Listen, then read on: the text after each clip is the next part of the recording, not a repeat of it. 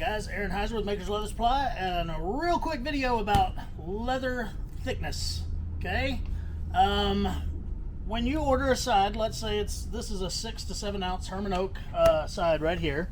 Okay, it's first off, the ounces mean that it is 1 square foot of it weighs that much, 6 to 7 ounces. Okay.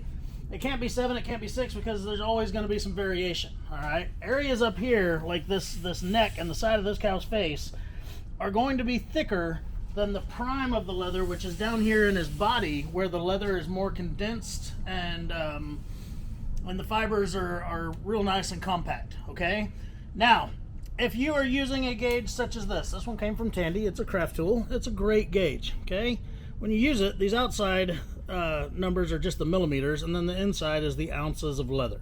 Okay, now I've gone through this side, and most of it is right at 7 ounces, so it's honestly not the best side for me to do this with. There we go, 7 ounces.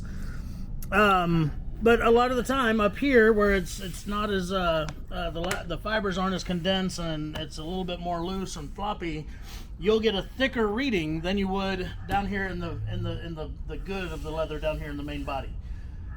I tell you all that to say this: if you receive a side and you don't feel like it is the maybe the right thickness of what you needed or whatever, if you're using one of those little wooden gauges or the little plastic gauge that you just kind of slide on, it's got a big V in it and it stops somewhere, I assure you I can make this look like a 2 ounce. Okay, that gauge is for maybe like quick reference when you're walking around a store. It's not to try to gauge a side and then call your favorite leather supplier and say you sent me the wrong one.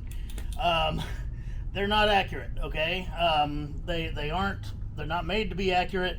You need a really good gauge if you're going to, say that something is exactly this size or that.